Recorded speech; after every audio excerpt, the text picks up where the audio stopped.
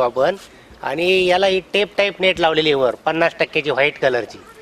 ही एक कंपनीची आणि सेम दुसरी एक कंपनीची व्हाईट नेट लावलेली आपण इथं. ही मोनोफिलामेंटवाली नेट आहे. ही जी नेट लावलेली आहे ही मोनोफिलामेंटची. हिला सेल्फ लाईफ जास्त असतं याच्यामध्ये, पण लाईट जास्त आतमध्ये लाईट थोडा जास्त येतो. आणि हे जे नेट हाऊस बनवलेलं आहे हे एक बाजूला 4 मीटर आणि एक बाजूला 6 मीटर. आणि ह्या नेट हाऊसची हाईट 3-3.25 मीटर ठेवलेली आहे आम्ही. आणि वर याला ह्या नेट हाऊसमध्ये आम्ही 1.25 इंची पर्लिंग दिलेली आहे वरच्या बाजूला टॉपला, जी जनरली 1 इंची असते NHMच्या नॉर्म्समध्ये. ही फार्मरला डिफरंट टाईप्सचं आपण कड्याच्या बाजूला इथं 50% इन्सेक्ट नेट लावलेली आहे. आणि खाली CO2 स्टोअर करण्यासाठी हे प्लॅस्टिक घेतलेलं आहे त्याच्यामध्ये. आणि ही कडेला बाहेरनं इन्सेक्ट येऊ नये पण हवा पास होईल याच्यामध्ये, याच्यासाठी इन्सेक्ट नेट लावलेली आहे. याला साईडला अशी हॉकी लावलेल्या आहे त्या 4-4 मीटरवर. आणि इथं वेगवेगळ्या प्रकारमध्ये पिकामध्ये काय त्याचा इफेक्ट होईल प्रत्येक क्रॉपला त्या हिशोबाने आम्ही R&D टाईप बनवलेलं आहे हे सगळं. याच्यामध्ये आम्ही याच्या आधी कुकुंबर घेतलं होतं, त्याच्या आधी टोमॅटो घेतलेले. आता जस्ट हे केळीचं सीझन असल्यामुळे आम्ही केळीचे प्लॅन्ट्स ठेवलेले आहेत. हे जून-जुलैचं विक्रीचं प्लॅनिंग आहे याच्यामध्ये. जे अपोजिट साईडला पलीकडे ना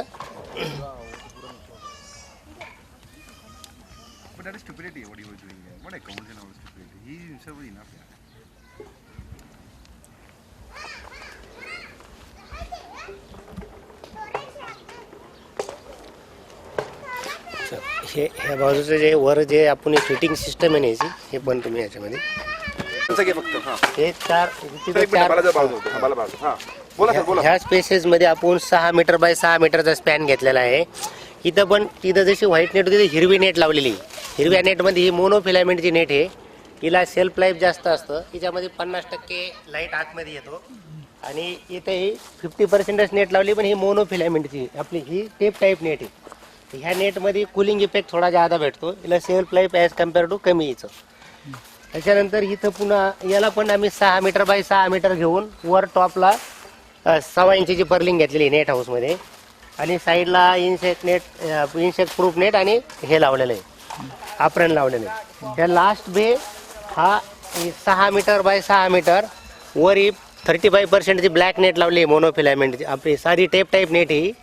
आणि वर टॉपची पर्लिंग याला 1.25 इंचीवरची 1 इंची घेतलेली. ही पर्लिंग जी दिसते ना आपल्या पाईप, हा. आणि हे साईडला 4 मीटर आणि 3 मीटरला प्रत्येक बाजूला हॉकी घेतलेली.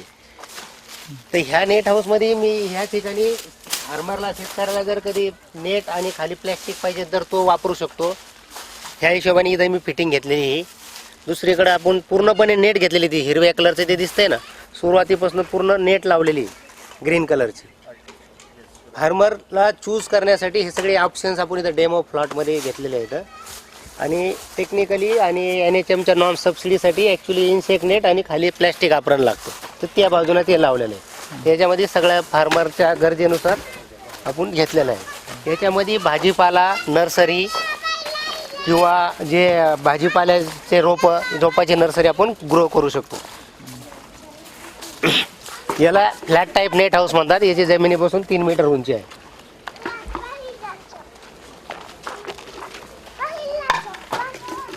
माती खाली टाकलेली आपण, ही लाल माती आणि शेणखत वरनं टाकलेलं आहे. याचं आपण मीडिया बनवून आतमध्ये बॅग भरण्यासाठी वापरतो. आणि आमचं स्वतःचं गांडूळ खताचं युनिट आहे बाजूलाच, तर त्याच्यातलं गांडूळ खत पण आम्ही याच्यामध्ये मिक्स करतो मीडिया बनवताना.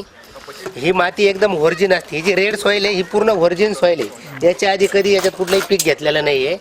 आजूबाजूला इथून 35-40 किलोमीटर अंतरावरून आपण ते आणतो नाही आहे. पूर्ण फ्रेश आणि चांगली सॉईल आहे ती. आणि हे शेतकऱ्याला छोटं फार्म करताना कसं हे असावं, हे गांडूळ खताचं त्याच्यासाठी आम्ही एक डेमॉन्स्ट्रेशनसाठी हे प्लॉट ठेवलेला आहे. त्याच्यामध्ये गांडूळ वगैरे असतात.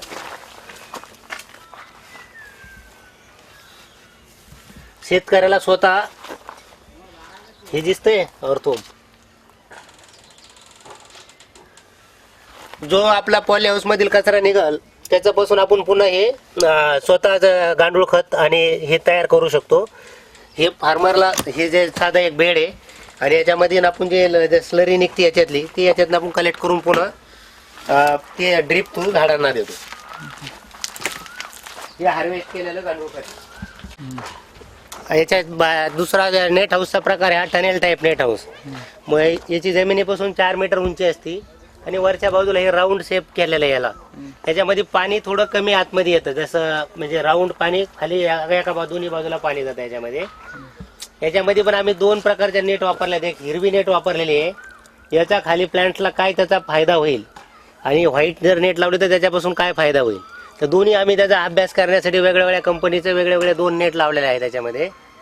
आणि ह्या नेट हाऊसला टनेल टाईप नेट हाऊसलाच आम्ही एक फार्मरला जर समजा पावसाळ्यात पण पीक घ्यायचं असेल आणि त्याला आतमध्ये पाणी येऊन द्यायचं नसेल तर त्याच्यासाठी आपण त्या टनेल टाईप नेट हाऊसला कन्वर्ट टनेल टाईप पॉली हाऊसमध्ये केलेलं आहे, की ज्याच्यामध्ये आपण हे प्लॅस्टिक टाकलेलं आहे इम्पोर्टेड, आणि याला कडेला बाजूला कर्टन पण दिलेले आहेत, आणि याच्यामध्ये प्लॅस्टिकचं गटर टाकलेलं आहे. हे जे पाणी दोन्ही बाजूचं येईल हे पाणी गटरमधनं बाहेर जाईल. म्हणजे ह्याचं आपण मॉडिफिकेशन टनेल टाईप नेट हाऊसला टनेल टाईप पॉली हाऊसमध्ये केलेलं आहे.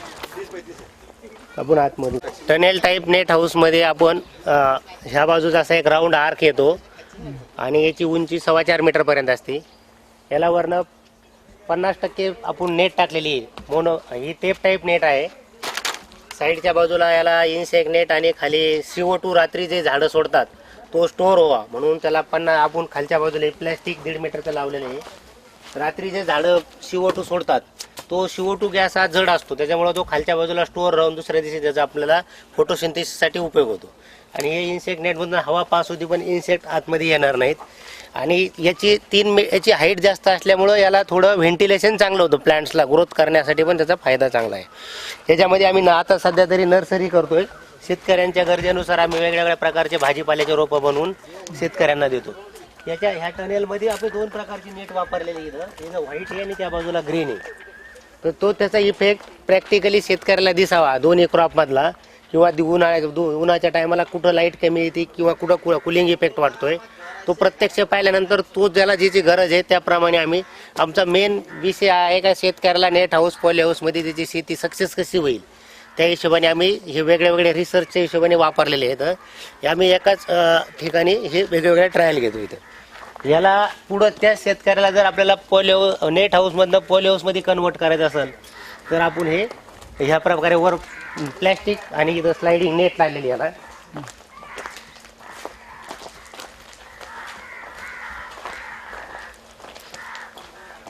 जरा हे वाचन दे थोडं काढ रे. जी नर्सरी शेतकऱ्यांसाठी चालू केलेली, शेतकऱ्याला जे पॉली हाऊसमध्ये रोपं लागतात भाजीपाल्याची, त्याच्यासाठी आम्ही इथं प्रथमतः एक कोकोपीट मध्ये सीड्स घेतो. जी व्हरायटी लावली त्याचं हे लक्षात राहावं म्हणून इथं त्याचं पाकिट ठेवलेले आहेत.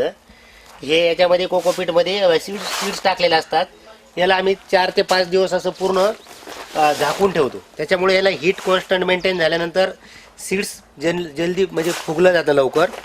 आणि त्याच्यामुळं हे टोमॅटो म्हणून आहे अभिनव टोमॅटोची जी अभिनव व्हरायटी आहे ही आता सीझन एप्रिलमध्ये चालू असतो, याचं लागवड होतात जास्तीत जास्त. तर ह्या प्रकारे आम्ही हे रोप इथं 4-5 दिवस ठेवल्यानंतर पुन्हा मग त्या बाजूला जे शेडनेट हे तर प्लॅस्टिक याला जास्त ह्युमिडिटी लागते त्याच्यामुळे हे प्लॅस्टिकच्या स्ट्रक्चरमध्ये ठेवलेलं आहे. याला कडेच्या बाजूला साईडला कर्टन ठेवलेले आहेत आणि कर्टनच्या आतून इन्सेक्ट नेट घेतलेले आहे ह्या शेडमध्ये. आणि इथं आपण याला ह्युमिडिटी मेंटेन व्हावं म्हणून फॉगर आणि लाईट कट करण्यासाठी ही नेट स्लायडिंगची नेट लावलेली. 50% नेट आपण हीच कमी इकडं तिकडं पण घेऊ शकतो. याला जेव्हा नको आहे त्यावेळेस आपण याला कव्हर करू एका बाजूला घेऊन ठेवू शकतो. हे आता आम्ही टोमॅटोचे प्लांट्स तयार केलेले आहेत. हे रेडी शेतकऱ्याला लागवडीसाठी आता हे रोपं तयार आहेत टोमॅटोचे. हे ऑर्डरनुसारच आम्ही बनवतो. टोमॅटोचे रोपं आहेत. याच्यानंतर ही मिरची पॉली हाऊसमध्ये लावतो आपण. ती पॉली हाऊसमध्येच लागली जाते. इंद्रा म्हणून व्हरायटी आहे सिजंटाची. तर ही आपण पॉली हाऊसमध्ये किंवा नेट हाऊसमध्ये ग्रो करू शकतो. ढोबळी मिरची, शिमला मिर्च म्हणतो आपण त्याला. ही मिरचीचे रोपं आहेत. हे पण मिरचीचेच रोपं आहेत. ही इम्पोर्टेड सीड्स आहेत आणि हे रेड येलो कॅप्सिकमचे सीड्स आहेत. सीडलिंग तयार केलेले.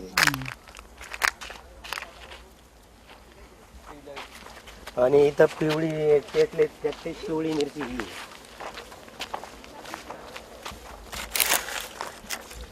हे येलो कॅप्सिकम आहे.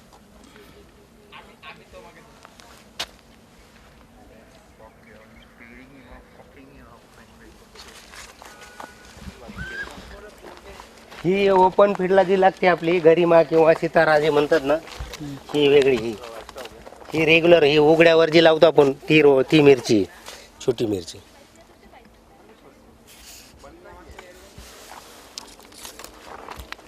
त्याला आपण ट्रे असे खाली हे ठेवतो का, त्याला खाली रूट्स याचे जाऊ नये म्हणून त्याला खालच्या बाजूला पण आपण ट्रे ठेवलेले. सॉइल मध्ये त्याचे रूट जात नाही त्याच्यामुळे. टनेल टाईप नेट हाऊस आणि टनेल टाईप पॉली हाऊस बद्दल माहिती सांगितली. त्याच्या पुढचा प्रकार आहे नॅचरल व्हेंटिलेटेड पॉली हाऊस. ह्या बाजूला जे दिसतात हे दोन्ही पॉली हाऊस नॅचरल व्हेंटिलेटेड आहेत. नॅचरल व्हेंटिलेटेड म्हणजे याला साईडला कर्टन दिलेले आहेत. थंड हवा आत शिरते, हवा जड हवा ही खालच्या बाजूलाच असते आणि वर गरम हवा वरनं जाते. जे व्हेंट दिसतात वरच्या बाजूला तिथनं गरम हवा बाहेर जाते. त्याच्यामुळे याला नॅचरल व्हेंटिलेटेड पॉली हाऊस म्हणतो आपण. याची उंची जमिनीपासून 6.5 मीटर असते. याला हा UV स्टॅबिलाइज इम्पोर्टेड प्लॅस्टिक लावलेलं आहे गिनेगार इस्रायलचं. तर या आणि आतमध्ये याच्यामध्ये 50% नेट असते स्लायडिंगची. आणि याच्या लाईट जेवढा पाहिजे तेवढा आपण याच्यातनं लाईट डिफ्यूज करून आतमध्ये क्रॉपला जसं पाहिजे तसं आपण क्लायमेट करू शकतो. ह्या नॅचरल व्हेंटिलेटेडमध्ये आपण गुलाब, डच गुलाब, जरबेरा किंवा जे भाजीपाला exotic vegetables, red yellow capsicum, cucumbers किंवा हे नर्सरी पण ग्रो करू शकतो. हे आता लाल पिवळी मिरची लावलेली 3 महिन्यापूर्वी आम्ही. तर हे जे हां हा रेड येलो कॅप्सिकम आहे. हो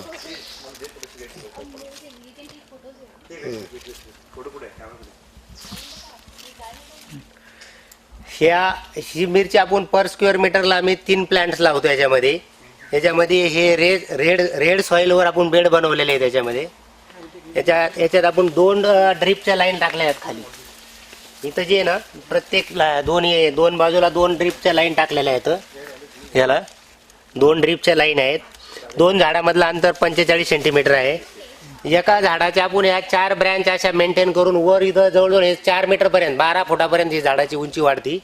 इथं जिथपर्यंत बांधलंय तिथपर्यंत हे झाड जाते 4 ब्रँच. आणि एका झाडाला कमीत कमी 5 ते 6 किलोपर्यंत आपण याच्यापासून उत्पन्न घेऊ शकतो. याच्यामध्ये 2 कलर आहेत, लाल आणि पिवळं. सुरुवातीला दोन्ही मिरचीचा कलर हा हिरवाच असतो, पण जे सीड्स असतात ते त्याचे जे हे असतात जे येलो आहे, ज्या वेळेस मिरची मॅच्युअर झाल्यानंतर येलोवाले येलो होतात, रेडवाला रेड होतं. जे रेड बाजू त्या बाजूचं रेडचं पण दाखवतं. इथं हे आता जी आपण आधी येलो बघितली ही रेड व्हरायटी आहे. हा इथं हे रेड, आता हे जे आहे ना जसं आपण येलो बघितलं, आता हे रेड मिरची आहे. ही मिरची फुलापासून याचं कलर बदलेपर्यंत कमीत कमी 45 ते 50 दिवस लागतात याला डेव्हलप व्हायला. ही मिरची आपण हार्वेस्ट करून आम्ही मुंबई मार्केटला याला पाठवतो आणि याला ॲव्हरेज रेट चांगला असतो. हे फक्त 5 स्टार हॉटेलला याचं नाव आहे स्वीट पेपर. स्वीट पेपर म्हणजे खाण्यासाठी गोड आहे, म्हणजे जशी स्पायसी नाही आहे. आणि याचा थिकनेस कमीत कमी 4 mm वॉल थिकनेस असतो या रेड मिरचीचा, रेड आणि येलो. आणि याला सेल्फ लाईफ 10 ते 12 दिवस असतं आफ्टर हार्वेस्टिंग. ते त्या बाजूला बघा कसे. आता हे दररोज आम्ही हार्वेस्ट करतो, 100-200 किलो येतो अप्रॉक्सिमेट. हा आता सध्या एक अर्धा एकरचा 22 स्क्वेअर मीटरचा प्लॉट आहे पूर्णपणे. हा इथं फुल आहे, वर इथं फुलातली छोटी आहे, त्याच्यापासून ही हिरवी होती, त्याच्यापासून कलर हा रेड कलर होतो. आणि हे आफ्टर ह्या स्टेजला आपण हार्वेस्ट करतो. हार्वेस्ट केल्यानंतर 4-5 दिवस राहते. आणि याला हे प्रत्येक इंटोर नोडला येते ही मिरची. आणि याच्या आपण 4 ब्रँच आपण इथपर्यंत पकडतो त्याला. याला वर नंतर स्टँडवर माणसाला वर चढूनच याला बांधावं लागतं, हार्वेस्टिंग करावं लागतं. इथे याला रेग्युलर आपण डेली पाणी आणि खत, आणि प्रत्येक पाण्यातनं खत देतो याला, मध्ये वॉटर सोल्युबल फर्टिलायझर देतो याच्यामध्ये. ह्या शेडची उंची आपली 6.5 मीटर आहे पॉली हाऊसची. आणि याला हे सिंगल 1 पीस गटर लावलेलं आहे आम्ही. सगळं स्ट्रक्चर नट बोल्टेड GI पाईपमध्ये बनवलेलं आहे. आणि इथं आपल्याला लगेच लक्षात येतं कम्फर्टेबल, जसं कडे कर्टन उघडे ठेवल्यानंतर हवा आतमध्ये शिरते आणि वरच्या बाजूला वर निघून जाते. याला नॅचरल व्हेंटिलेटेड पॉली हाऊस म्हणतो आपण. तर हे सगळं GIचं नट बोल्टेड स्ट्रक्चर. तर मेजर आमचा हा उद्देश असा आहे का शेतकऱ्याला बेड कसे बनवणे, ड्रीप कसं लावणे, झाडातलं अंतर कसं ठेवणे, झाडाची काळजी काय घ्यायची लागवड केल्यानंतर, आणि पॉली हाऊस मेंटेनन्स किंवा पॉली हाऊसमध्ये काय प्रॅक्टिकली आपण करू शकतो हे त्यांना दाखवण्यासाठी हा आम्ही रेनबो ॲग्रोच्या नावाने हा मेन डेमो फार्म बनवलेला आहे. याच्यामध्ये उद्देश हाच आहे का जे शेतकरी पॉली हाऊस करतात पण त्यांना नंतर पुढच्या गोष्टी समजत नाही, तर त्याच्यामुळे हे शेतकऱ्याला प्रत्यक्ष व्हिजिट करून किंवा ज्यावेळेस त्यांनी पॉली हाऊस केलं तर तो 4 दिवसांनी 8 दिवसांनी किंवा 15 दिवसांनी त्याला काही प्रॉब्लेम होतो प्रत्यक्ष इथं येऊन भेटू शकतो. आमचा जो मॅनेजर आहे त्यांच्याशी बोलून ते काय याला कुठलं औषध देऊ कुठलं खत देऊ त्याच्याबद्दल पण तो माहिती घेऊन त्याची हिंमत वाढवण्यासाठी आम्ही कॉन्फिडन्स शेतकऱ्याची कॉन्फिडन्स वाढवण्यासाठी हा डेमो फार्म करण्यामागं उद्देश माझा तो आहे का शेतकऱ्याला याच्यात तिची भीती मिली पाहिजे. कारण नुसतं पॉली हाऊस बांधल्यानंतर त्यांनी बराच खर्च केलेला असतो आणि तो घाबरलेला असतो मला जमल का नाही मला याच्यात प्रॉब्लेम जर आला तर त्याला बँकेचं लोन असतात किंवा कधी कधी घरच्यांचा पण विरोध असतो ते सगळं करताना तरी त्यांनी केलेलं असतं.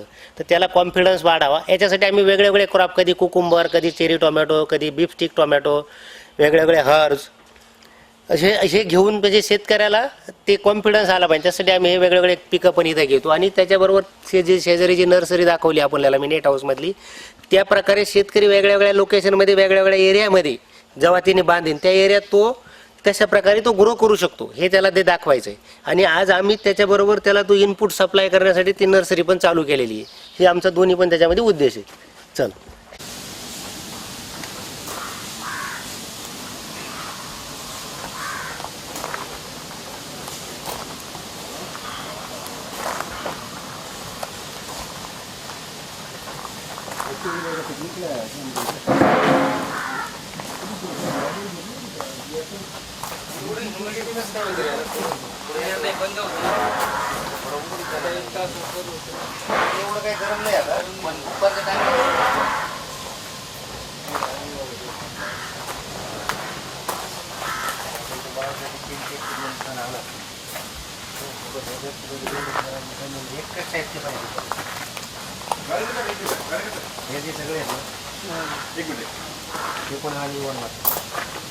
रुपेश इकडे जरा शूट करून घे.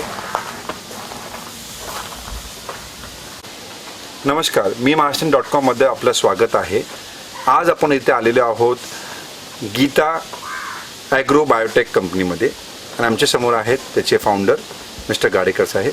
नमस्कार गाडेकर साहेब. नमस्कार. गाडेकर साहेब, आता आपण ज्या चेंबरमध्ये आलेलो आहोत नक्की इथे कोणते कोणते प्रकारचे प्लांट्स आहेत आणि हा नक्की प्रायमरी चेंबर ह्याला का बोलला जातो? हे तर सध्या जे प्लांट्स तुम्ही विचारले केळीचे रोप आहेत. आता हे अच्छा, केळीचे बारके बारके आहेत का? केळीचे टिश्यू कल्चर पासून बनवलेले रोप आहेत. अच्छा, हे रोप याच्या आधी लॅब मध्ये एका बॉटल मध्ये आपण तयार करतो. ओके. आणि त्याला लॅबचीच पॅरलल कंडिशन मिळावी म्हणून आम्ही याला प्रायमरी हार्डनिंग म्हणतो. म्हणजे पॉली हाऊस मध्ये छोटं पॉली हाऊस केलेलं आहे. ह्याच्या छोटे टनेल पॉलिश मध्ये का टाकावं लागतो? याला ह्युमिडिटी जास्त लागते. म्हणजे केळीच्या झाडाला ज्यावेळेस आपण लावतो ना त्याला रूट फॉर्म्स होण्यासाठी अच्छा ह्युमिडिटी आणि टेम्परेचर मेंटेन ठेवावं लागतं. याच्यामध्ये ह्युमिडिटी आपण मेंटेन करतो. फॉगर लावलेत वर याच्यावर आणि फॉगरचे त्याला आपण हे वातावरण मेंटेन करतो याच्यामध्ये. थोडक्यात म्हणजे संपूर्ण हिस्सा जो आहे तो केळीचा आहे. केळीचा सर, केळीचा. ठीक आहे सर, या. अच्छा. आणि हे ट्रे मध्ये कोकोपीट मध्ये ते आता प्लांटेशन करतात हे ग्रेडिंग करून. प्रत्येकाची बारकी बारकी जे तुम्ही लॅब मध्ये जो आपण टिश्यू मधून तयार होतो त्याला इथून त्याची प्रायमरी प्लॉट मध्ये टाकला जातो सॉइललेस मध्ये. बरोबर, सॉइललेस मध्ये केलं. अच्छा. ज्या टनेल मध्ये पूर्ण ते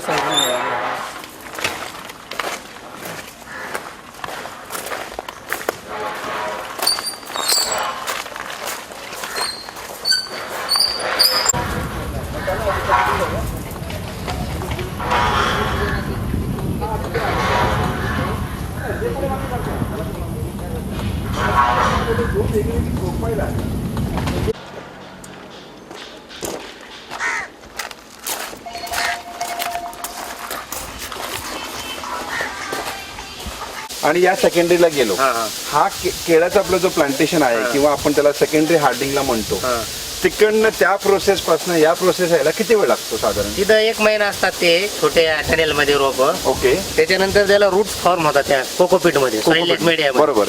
रूट फॉर्म झाल्यानंतर आपण ते प्लांट सीधा आणतो जे छोट्या ट्रे मध्ये आणि त्या ट्रे मधले रोप पुन्हा मोठ्या बॅग मध्ये लावतो. मग आता हा सॉइल आहे की सॉइललेस आहे? आता हे सॉइल आणि कोकोपीट दोन्ही पण याच्यामध्ये मिक्स आहे. मिक्स. अच्छा.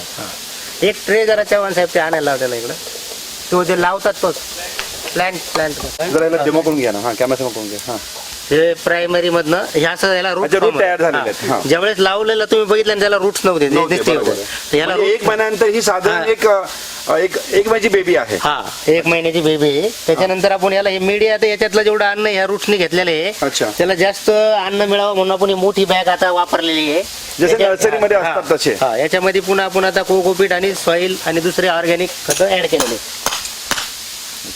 याला शेकर रेडी राहून त्या प्रकारे प्लांट झाले आपले, हा. तर डिस्पॅच रेडी टू डिस्पॅच म्हणजे थोडक्यात तो आता सेलेबल झाला. ते सेलेबल झाले ते प्लांट मार्केटमध्ये सेल करू शकतो आपण. ते प्लांट आता रेडी आहेत आपल्याकडे. तर सीझनच्या हिशोबाने आम्ही बनवतो ते प्लांट सगळे. 12 महिने तर नसतं ऍक्च्युली, जून जुलै मध्ये जास्त प्लांटेशन होतं याचं. केळीचं. हा, आणि बाकीच्या टायमिंग मध्ये जानेवारी फेब्रुवारी किंवा आता कारण ऑक्टोबर, काय, पाऊस जास्त हा, लागतो. ज्यावेळेस पाऊस झाल्यानंतर लागवड केली ना, हा. तर प्लांट सक्सेस जास्त असतं लावलेलं आहे याच्यामध्ये, कारण Atmosphere.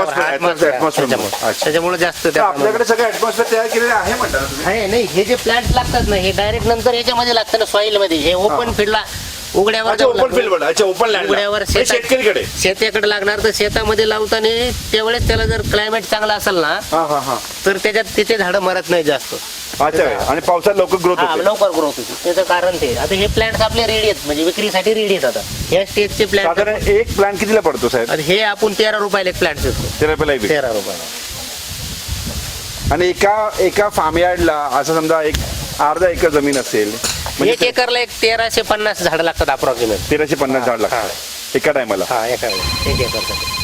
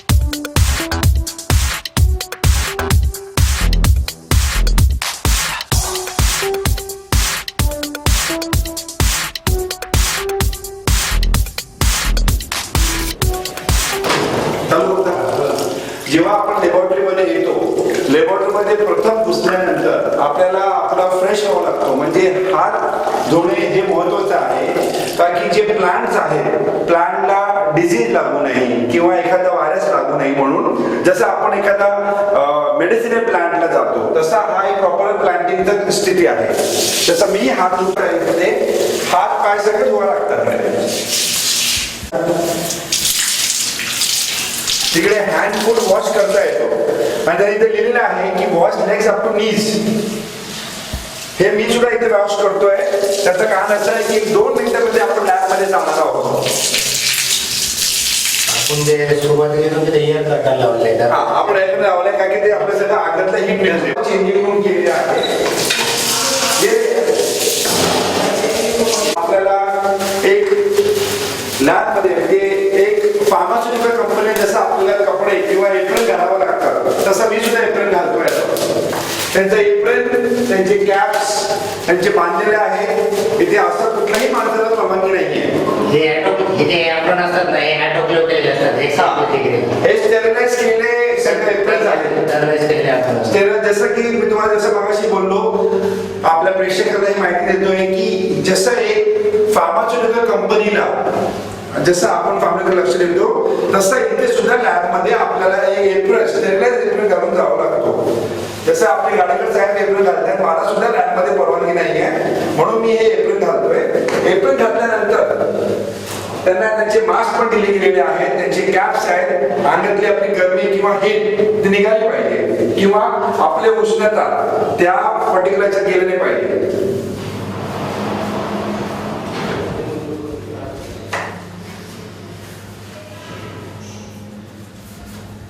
आणि दोन्ही बाया असं काढून बाहेर निघायचं असतं. ओके.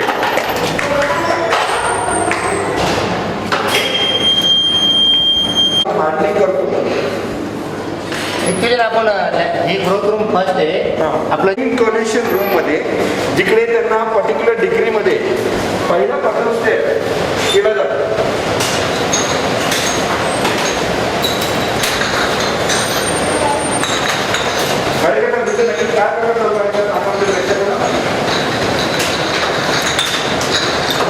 जे आपण सुरुवातीला बनानाच्या इनिशिएशन करतो सकरपासून ते इनिशिएशन केल्यानंतर त्याच्यात प्रत्येक स्टेज असते बॉटलची.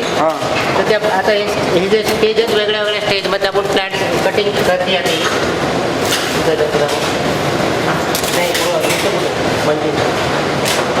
सुरुवातीची जी स्टेज असते ही स्टेज असते आपली. म्हणजे हे जेव्हा आपण आणि ते छोटं कल्चर जे छोटं सकर असतं ना त्याच्यानंतर ही पहिली स्टेज येते. ओके. त्याच्यानंतर सेकंड स्टेज ही रुटिंग. याला आता याला फक्त आपण मल्टिप्लिकेशन करतो, एकाचे 2 झाडं करतो. ओके. याला नंतर हे जे ग्रीन दिसतात आणि हे दिसते बघा रूट्स याला हे मुळे आलेल्या याला रुटिंग. तर हे त्यावेळेस तिथं जे काम चालतं ना यांचं हे 2 स्टेजमध्ये एकाच वेळेस हे रुटिंग आणि कटिंग तुम्ही चालू हे मॅडम नक्की काय करतात हे लोक? आता ह्याच्यातनं एका बॉटल मधनं एक ते मोठे झाडं आहेत ना हे रुटिंगसाठी पाठवतात. ओके. आणि छोटे प्लॅन्ट्स असतात ते पुन्हा मल्टिप्लिकेशनसाठी पाठवतात. 2 प्रकारचे बॉटल ते भरतात. याचे हे केमिकल्स काढतायत का? हा याच्यामध्ये तो मेडी आहे जो खाली आहे ना त्याच्यावर ते ग्रो झालेले आहेत ते दिवस. अच्छा अच्छा. त्याच्यामधले मोठे प्लॅन्ट्स ते आता याच्यात टाकणार एका बॉटलमध्ये.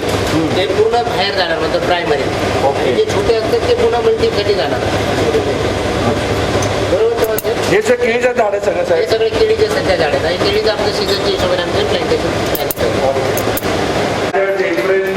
डिसइन्फेक्टिंग चप्पल्स मास्क. पहिल्या मागच्या बाजूला पॉझिटिव्ह प्रेशर लावलेलं आहे. कसलं प्रेशर? पॉझिटिव्ह प्रेशर म्हणजे काय? पॉझिटिव्ह प्रेशर जे लावलेलं आहे तर याच्यामध्ये जी पण हवा असते ना ती हवा ही बाहेर तुम्ही दरवाजा जरी आपण उघडला तर बाहेरचं कुठलंही डस्ट किंवा बाहेरचं पार्टिकल आतमध्ये येणार नाही. हे प्रेशरनी फिल्टर हवा. अच्छा, म्हणजे इथं घाण म्हणजे काही कुठलाही जंतू आतमध्ये येणार नाही. मायक्रो ऑर्गॅनिझम किंवा बाहेरचं पार्टिकल आत येणार नाही. याच्यामध्ये 2 प्रकारचे फिल्टर असतात. त्या फिल्टरमधनं ती हवा पुढे बाहेर फेकत असतो. आणि हा जो लॅमिनार आहे त्याच्यामध्ये 2 फिल्टर असतात. एक खाली फिल्टर असतो. हा 10 मायक्रॉन पर्यंत जे कचरा असतो तो याच्यात हे होतो. आणि याच्यात एक एका फिल्टर म्हणतात त्याला. इथं आतमध्ये फिल्टर आहे हा. आणि त्याच्यामध्ये 0.5 मायक्रॉनचं पेक्षा लहान डस्ट जर असं तरी ते आतमध्ये येणार नाही. तर याच्यामध्ये पण आणि हे जे कंटिन्युअस हवा आहे इकडं फेकत राहतं. म्हणजे आपल्या तोंडाची जरी हवा जाते ना ते पण इथं बॅक्टेरिया ते जाणार नाही. ते तेवढ्या स्पीडने ती फिल्टर हवा बाहेर फेकतात. या प्रकारे ते. आणि याला वर युव्ही ट्यूब लावलेली लावलेली की त्याच्यामुळे ते पूर्ण स्टरलाइज करतो. आता हे 2 सीटेड लॅमिनार आहेत आमचे. 2 सीटेड लॅमिनार म्हणतो याला आपण. आणि याला ज्यावेळेस आपण हे करतो त्यावेळेस पूर्ण असं बंद करता येतं. बंद किंवा त्याच्यासाठी बंद करता साहेब? हे जे ना म्हणजे ज्यावेळेस आपण रात्री हे करतो ना बंद करतो ना ते याला बंद करून ठेवतो आणि याची युव्ही चालवतो. म्हणजे आतमध्ये काही याच्यामध्ये मायक्रो ऑर्गॅनिझम्स काही राहिले असतात तर ते मरतात.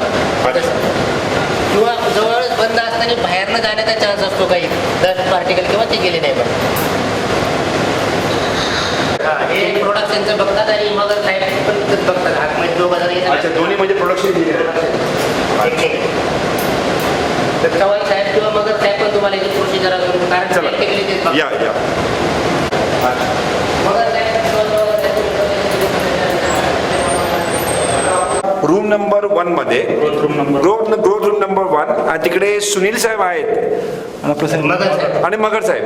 हे 2 बंधू आपल्याला समजून देतील नक्की याचं प्रोसेस आणि कशासाठी तुम्ही हे असं ग्रोथ रूम नंबर 1 केलंय. सुनील साहेब नमस्कार. नमस्कार. सुनील साहेब आम्हाला एक सांगा की तुम्ही हे जे रूम नंबर 1 जे केलेलं आहे नक्की याचा मेन मुख्य हेतू काय आहे? याचं कसं आहे सर, याच्यामध्ये फक्त आम्ही जे मल्टिप्लिकेशनचं डेली प्रोडक्शन होतं ना ते याच्यात मेंटेन करतो. ओके. आणि नंबर 2 मध्ये किंवा 3 मध्ये तर ते फक्त रुटिंग स्टेज जे आहे म्हणजे रुटिंगला आपण काय करतो 1 महिना ठेवतो आणि नंतर बाहेर काढतो. म्हणजे बाहेरच्या स्टेजसाठी आपण ते करू. फक्त ह्या रूमचं असं आहे की आपण इथं फक्त मल्टिप्लिकेशनचं स्टॉक मेंटेन करतो. ओके. हे सकर आपण केळीच्या झाडातून सकर हा जो मीडियापासून पहिला प्रथम हे फर्स्ट प्रोसेस टिश्यू कल्चरची म्हणजे प्लॅन तयार करण्याची फर्स्ट प्रोसेस सकर पासून इनिशिएशन केलेला. अरे या प्रोसेसला साधारण किती दिवस लागतात साहेब? ही म्हणजे पहिला जेव्हा मीडियामध्ये टाकल्यानंतर मीडियामध्ये टाकल्यानंतर हे जवळ 20 दिवस ठेवावं लागते. 20 दिवस मध्ये असं पहिला पाऊस तयार होतो. पहिला पोहोचतं त्यानंतर यापासून ही बॉटल सेकंड स्टेज म्हणजे मल्टिप्लिकेशन याचं मल्टिप्लिकेशन होतं आणि ही बॉटल तयार होते. एका याच्यामधनं किती मल्टिप्लिकेशन होतात? म्हणजे प्रत्येक स्टेजला एकापासून 2 होतात. म्हणजे याचे अशा 8 स्टेज करतो आपण याच्या. नाही जसं आता मला इथे एकच दिसतोय पण इथे 4-5 दिसतात. कसं काय? याच्यानंतर पहिल्या स्टेजला याच्या 2 होणार. अच्छा. यानंतर ही बॉटल रिकामी होऊन रियूजला जाते. परत यामध्ये जे 2 होते आणि त्यानंतर परत म्हणजे पुढल्या 20 दिवसानंतर परत 2 चे 4 होणार. अच्छा, ऑटोमॅटिक मल्टिप्लिकेशन होतात. म्हणजे त्याचे लॅमिनार मेंटेन करतो आणि ह्युमिडिटी आणि इथं पण एसी लावले पूर्ण आणि पॉझिटिव्ह प्रेशर लावले आहे का जे आतून हवा बाहेर गेली पाहिजे पण बाहेरची हवा आत नाही आली पाहिजे यासाठी पॉझिटिव्ह प्रेशर. हे सगळं डीबीटीचे दिल्लीला जे डिपार्टमेंट ऑफ बायोटेक्नॉलॉजी आहे ना त्याच्या नॉर्म्सप्रमाणे सगळं बनवलं त्याच्या नॉर्म्सप्रमाणे तरच ते आपण अप्रुव्हल होतो त्या कामासाठी किंवा ते प्लॅन्स भेटण्यासाठी ते लायसन्स भेटून डिग्री.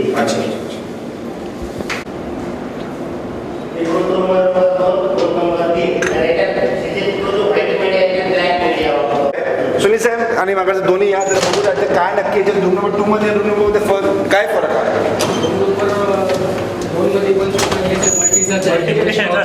अच्छा. नाही पण तिकडच्या मीडियामध्ये थोडस सफेद आहे थोडंसं काळं पण आहे का ते? नाही ते कसं ते आता फ्रेश नसतं. अच्छा.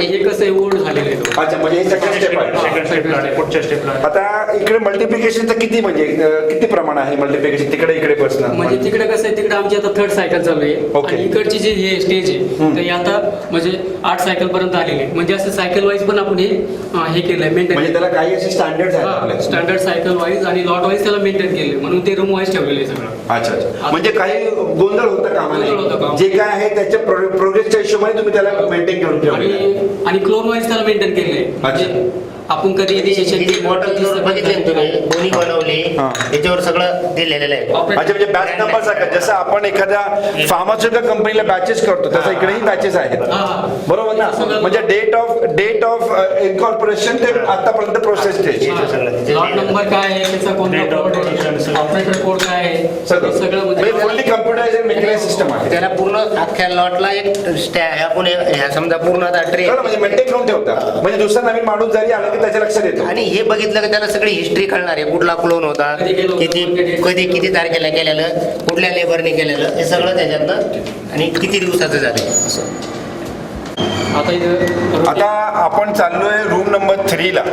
चला सुनील साहेब या बघूया काय आहे नक्की.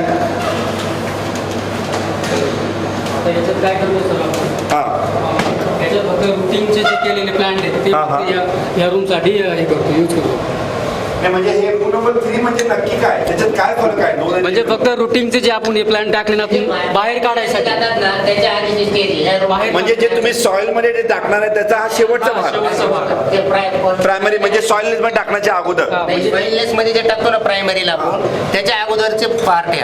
खरं म्हणजे ते छोटे हा तुमचा प्रोसेसिंगचे शेवटचे स्टेज याच्यानंतर प्लॅन्स बाहेर शेवटचा भाग याच्यानंतर प्लॅन्स बाहेर आणि आता हे रुटीन स्टेज मीडिया त्याचा मीडिया पण चेंजेस.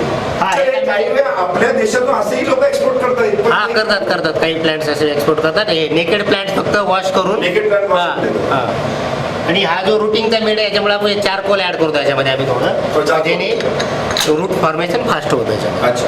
टोटल अशा म्हणजे 60,000 बॉटल असतात आपल्या 3 रूममध्ये. 60,000 बॉटलची कॅपॅसिटी आपल्याकडे आहे. आणि बॉक्स म्हणजे काय आहे नक्की जरा सांगा बघू. 5 बॉक्स म्हणजे काय? 5 बॉक्स म्हणजे मदत याचं काय करतो आपण समजा आता material reuse material reuse material जे समजा त्यांची एमटी ट्रे असो किंवा मीडियाचा ट्रे असो किंवा आपल्याला हे ट्रे बाहेर द्यायचे रुटीनचे तर ते आपण इथून पास करतो याला. नाही म्हणजे ह्याच्यात पण काहीतरी सिस्टम किंवा स्टेरिलायझेशन वगैरे काय आहे? हा एरिया कसा आहे हा एरिया स्टराईल एरिया आहे. बरोबर. म्हणजे जो तिकडचा आहे ना नॉन स्टराईल एरिया तर त्याच्यामुळे हे जोपर्यंत आपण ते उघडत नाही तर तोपर्यंत हे बंद होत नाही. म्हणजे अच्छा असं पुढे ऑटोमॅटिक आहे. एका वेळेस तुम्ही दरवाजा उघडणार नाही. अच्छा म्हणजे तिकडचं गाण इकडे येणार नाही आणि स्टेरिलायझरचं भाग तिकडे जाणार नाही. हा दरवाजा उघडला तुम्ही तो उघडणारच नाही जोपर्यंत हा एकदा बंद केला त्यावेळेस तो तिकडचा उघडू शकतो. आणि त्याच्यामध्ये थोड्या वेळ 1 मिनिट त्याला ट्यूब लागली त्याच्यामध्ये म्हणजे त्याच्यामध्ये चालू करता येईल. मीडिया स्टोरेज रूम आहे. हे त्यांचं एक मीडिया स्टोरेज रूम आहे जिकडे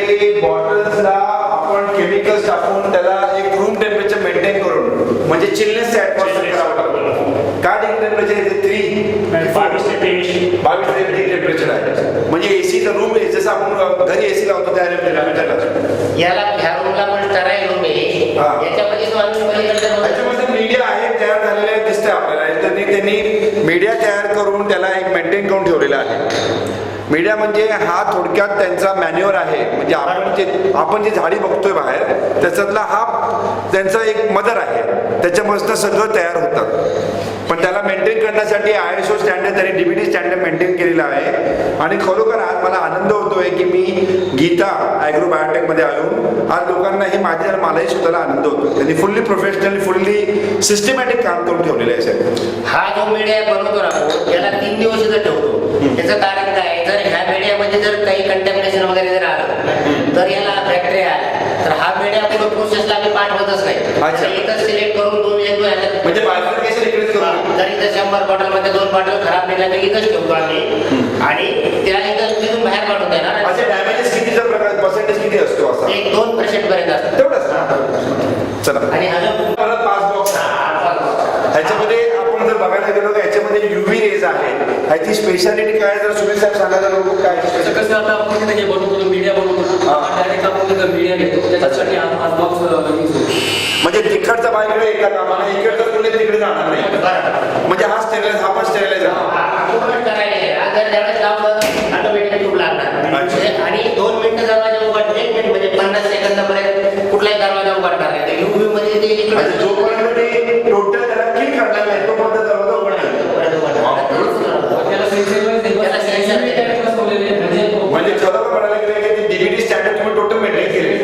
व्हेरी गुड, एक्सलेंट. अच्छा, थोडक्यात हॉस्पिटल सारखं मेंटेन झालं. हॉस्पिटलपेक्षा हॉस्पिटलपेक्षा जास्त आहे.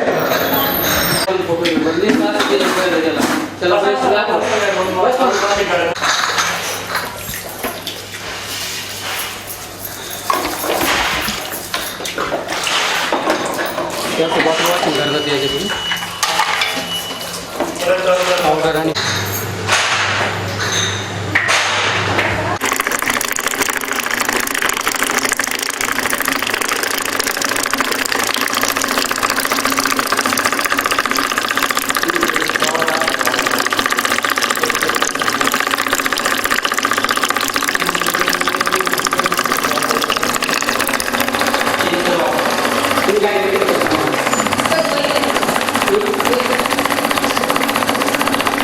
जे मीडिया प्रिपरेशन जेव्हा हे करतो बनवतो त्याला किती pH पाहिजे काय पाहिजे तर याच्यात कोणते केमिकल हे होतं तयार होतं. इथं सगळं केमिकल तयार केलं जातं, प्रिपरेशन केलं जातं, त्याच्यानंतर डिझॉल्व केलं जातं.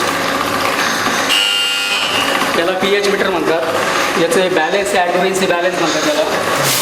त्याच्यात 1 मिलीग्रॅमपासून त्याचं वेट केलं जातं. कोणते केमिकल लागतात काय लागतात ते सगळं इथं वेट केलं जातं. ते डिझॉल्व केलं जातं.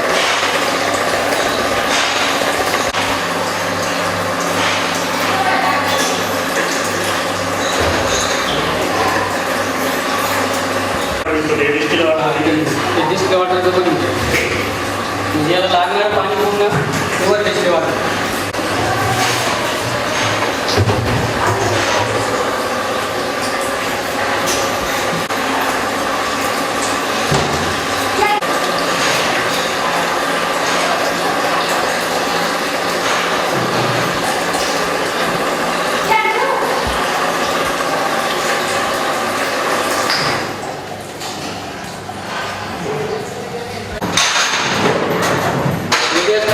रूम म्हणजे इथं हा जो बघायला मीडिया आहे याला काय केलं जातं ऑटोग्लो केलं जातं. 121 डिग्रीला ऑटोग्लो केलं जातं. त्याच्यानंतर आतमध्ये त्याला देतो जातं प्रोडक्शनसाठी यूज. म्हणजे हा आता मीडिया लोड केलेला आहे ऑटोग्लोमध्ये. हा आहे ना 121 डिग्री सेल्सिअसला तो स्टरलायझर होतो आणि त्याच्यानंतर मग आम्ही ते त्याला आत देतो प्रोडक्शनसाठी.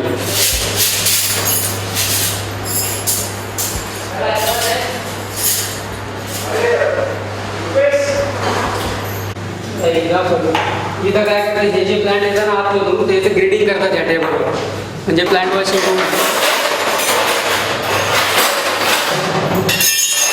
प्लांट कॅमेरे हटले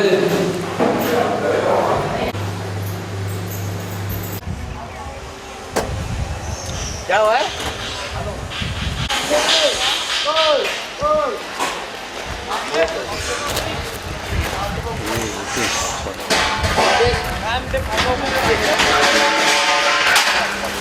एक 5 मिनिटं ती प्रोफाईल या मशीनवर बनली जाते आपल्या इथं.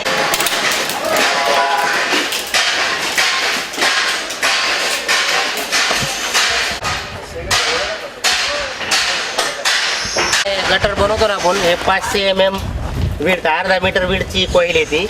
त्याच्यामध्ये आपण आपल्या लेंथनुसार 50 मीटर 35 मीटर असं गटर ह्या मशीनमधनं गटर काढतो. जेवढं लागेल तेवढं काढून ते बंद केलं जातं त्याला, तिथं कट करू. हे गटर आणि ते प्रोफाईल. तर कटिंग मशीन पण आहे.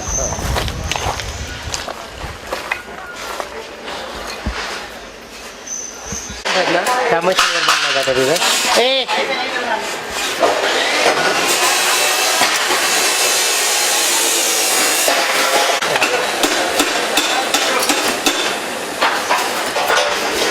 तिथे साईजनुसार आपण हे क्लॅम्प कट करून त्याला हे होल काढून घेतो, नॉच कटिंग वगैरे करून.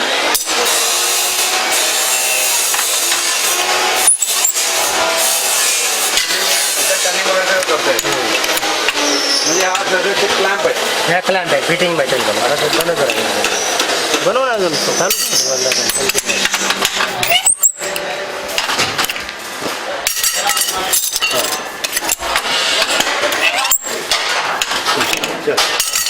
काय काय काम चालतं, काय प्रोसिजर आहे तुम्ही त्यांना सांगा. रोज म्हणजे किती टन माल बनवता? म्हणजे आज आपल्या दिवसाला प्रोडक्शन किती कॅपॅसिटी आपल्याकडे आहे?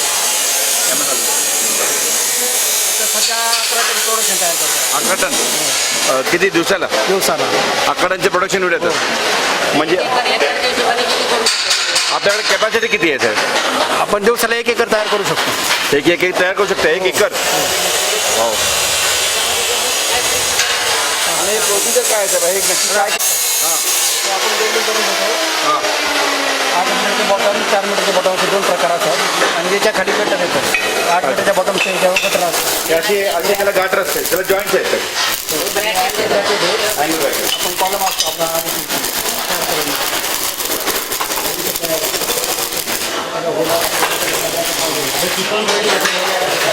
तिकडे केल्यानंतर अँगल केलं तर त्याला असे होल पाडलं जातं.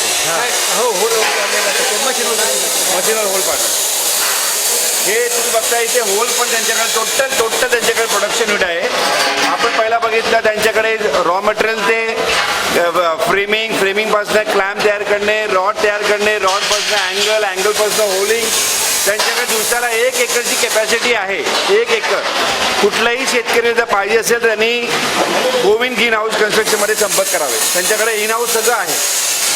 प्रोडक्ट करून रेडीमेड तयार केलेलं म्हणजे त्याचे सगळे चॅनल तयार करून ठेवलं. कोणाला काय पाहिजे त्या हिशोबाने सगळं तयार आहे. क्वांटिटीनुसार मग आपण तो वेगवेगळे आयटम असतात पॉलिहाऊसमध्ये. अच्छा, पॉलिमर वेगळे असतात. हे काही असे बेंड असतात, काही स्ट्रेट असतात. अच्छा. वेगवेगळे आयटम असतात त्या प्रकारे आपण. आणि याला सगळ्यांना शेल्फ लाईफ किती आहे? पॉली हाऊसला तुमच्या या फ्रेमिंगला शेल्फ लाईफ किती आहे? म्हणजे किती वर्ष टिकून राहू शकते? पॉली हाऊस 15 ते 20 वर्ष टिकू शकतं. अच्छा. त्याच्यावर जर आपण प्लॅस्टिक लावतो तिकडे ते प्लॅस्टिकचा स्टॉक आहे तो 3 ते 4 वर्षानंतर रिप्लेस करायला लागतो. प्लास्टिक नाही, मी फ्रेमिंग बोलतो. 15 ते 20 वर्ष. 20 वर्ष काहीच होणार नाही.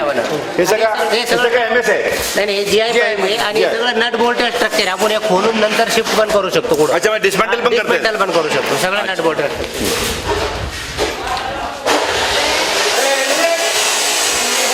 हे इस्रायलवरून येतं, गिनेगार म्हणून कंपनी import आहे का इस्रायलची. सांगा? Imported plastic. ते शेड नेट आहे, इन्सेक नेट त्या बाजूला अच्छा, आपण जे तिकडे डेमो हाऊसला बघितलं. हा ते इन्सेक नेट. हे प्लॅस्टिक, हे व्हाईट आणि ग्रीन कलरचं आहे, ते येलोइश कलरचं असं. आणि हे 200 मायक्रॉन थिकनेसचं असतं. याला 3 ते 3.5 वर्षापर्यंत सेल्फ लाईफ आहे. त्याच्यामध्ये याच्या व्यतिरिक्त आम्ही हे जे मटेरियल असतं ड्रीप इरिगेशनचं आणि शेड नेट वगैरे त्या बाजूला ठेवलेली. ही वेगवेगळ्या कंपनीची 50% शेड नेट आहे. तर ह्या आतून आपण स्लायडिंगला वापरतो. कधी हिरवी असते, पांढरी असते, कस्टमरच्या गरजेनुसार आपण त्यांना ते सप्लाय करतो.